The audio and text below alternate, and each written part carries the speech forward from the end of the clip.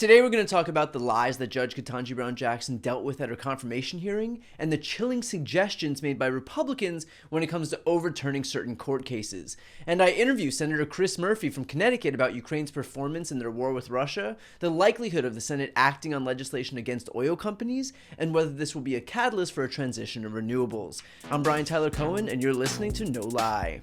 So this past week was Judge Ketanji Brown Jackson's confirmation hearing in front of the Senate Judiciary Committee, and that was a hearing in which arguably the most qualified Supreme Court nominee of our lifetimes was subjected to a number of Republican senators desperate to turn her into a boogeyman. We heard baseless accusations like that she's soft on child sex offenders, that she's trying to incorporate critical race theory into our legal system. That gem came from Marsha Blackburn. But what underscores all of this is that there's actually nothing that Republicans can do to block her confirmation. Democrats are all united, including with support from Joe Manchin, and on top of that, her confirmation won't even change the ideological balance of the court, meaning that these smears by Republicans are smears for the sake of smearing her. Like, they're not changing anything. It's just that they want the unforced error. They want the opportunity to be able to showcase that when a black woman is testifying, they can accuse her of ushering critical race theory onto the court like a Trojan horse. Again, nothing will change. The outcome isn't in question. It's just that this is what they chose. This is what they made the conscious decision to fill this space with, rather than just recognize that Ketanji Brown Jackson is eminently qualified. She'd be the only justice on the court who was a Supreme Court clerk, who was a public defender, who was on the Sentencing Commission, who was a district judge and an appeals judge, the only one, rather than just show some grace in a hearing where the outcome is assured and the candidate has sterling credentials. They opted to flood the zone with shit. But look, at the end of the day, that reflects on who they are, not her. Judge Ketanji Brown Jackson will sit on the Supreme Court, and Republicans will be the ones who launched a bunch of clumsy, conspiratorial, and racist attacks. If Republicans want to broadcast that they are conspiracy theorists and racist, all to accomplish nothing, then fine. That's not necessarily the part I'm concerned about. The part that concerns me are the comments made by other Republicans about cases that they believe were wrongly decided. Here's Republican Senator Marsha Blackburn. Constitutionally unsound rulings like Griswold versus Connecticut, Kelo versus City of New London, and NFIB versus Sebelius confused Tennesseans and left Congress wondering who gave the court permission to bypass our system of checks and balances. It is the 11th hour, and where Judge Jackson stands on the Constitution remains a secret. Yeah, Griswold v. Connecticut legalized contraception between couples in the privacy of their own home. She thinks that was wrongly decided. Here's Republican Senator John Cornyn. Do you see that when the Supreme Court makes a dramatic pronouncement about the invalidity of state marriage laws, that it will inevitably set in conflict between those who ascribe to the Supreme Court's edict and those who have a firmly held religious belief that marriage is between a man and a woman? That's Cornyn railing against Obergefell, which legalized gay marriage. And here's Republican Senator Mike Braun from Indiana. That same basis to something like Loving versus Virginia, the Supreme Court case that legalized interracial marriage. So when it comes to issues, you can't have it both ways.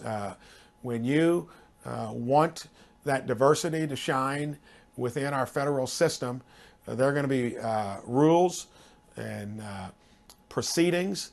They're going to be out of sync with maybe what other states would do. It's the beauty of the system, and that's where the differences among points of view in our 50 states ought to express themselves. And I'm not saying that rule would apply in general, depending on the topic, but it should mostly be in general, because it's hard to have it on issues that you just are interested in when you deny it for others with a different point of view. So you would be okay with the Supreme Court leaving the question of interracial marriage to the states?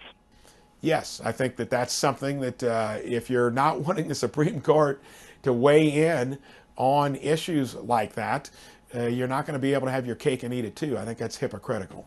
That's Braun saying that the Supreme Court was wrong to legalize interracial marriage in Loving v. Virginia in 1967, and so states should be allowed to ban interracial marriage if they want to.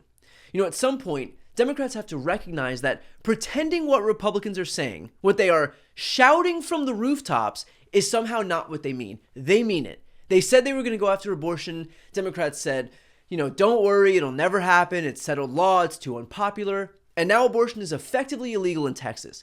Just this past week, the Oklahoma House has passed a near total ban on abortion, the only exception being if a pregnant person's life is in danger. It would be the most restrictive abortion ban in the United States if it's passed into law, and it probably will be. So now, when Republicans come out and put gay marriage on the chopping block, when they put interracial marriage on the chopping block, when they put married couples being able to use contraception on the chopping block, at what point do we stop pretending that the things that keep happening couldn't possibly happen? I'm saying it now because people refuse to hear it. If Republicans take power, they will move to continue banning abortion.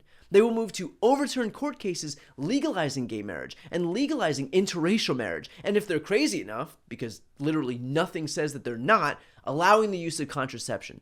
I know that because they are telling us, they are broadcasting it. We don't have to guess what's going to happen next because they are literally going on camera and just saying it.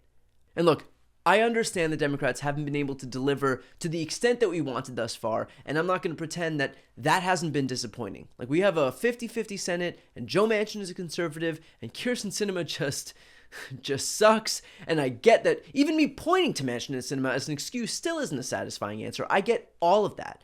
But I hope that people recognize what's on the other side of this, because it is a party whose priorities are overturning court cases that say that white people and black people can't marry each other. That's what's on the other side. That's what's at risk if Democrats don't hold power. Do we need more Democrats to render the voices of Manchin and Sinema invalid? Of course we do. And a lot of us are working our asses off in places like Wisconsin and Pennsylvania, North Carolina and Ohio and Florida to elect more Democratic senators. But I just want to make clear that being upset that Democrats aren't yet delivering on enough progressive legislation isn't going to be solved by staying at home and letting the people who think contraception should be illegal take over. Like, we shouldn't stop pushing our elected officials on the left to be more progressive and to stop coddling corporate interests. But that is a hell of a lot easier than fixing the damage that would come from Republicans holding power. To watch my interview with Chris Murphy, where we discuss Ukraine's performance in their war with Russia, the likelihood of the Senate acting on legislation against oil companies, and whether this all will be a catalyst for a transition to renewables, click the thumbnail right here on the screen or check out the interviews playlist on my YouTube channel.